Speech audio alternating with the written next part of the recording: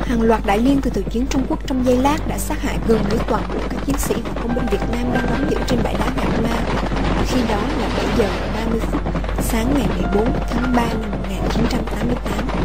Không dừng lại ở đó, quân Trung Quốc tiếp tục bắn pháo 100mm vào tàu vận tải HQ604 cho đến khi toàn bộ thủy tàu và thuyền trưởng Vũ Phi Trừ hy sinh theo tàu HQ604 trong nhiệm vụ chốt giữ bãi đá Gạc Ma.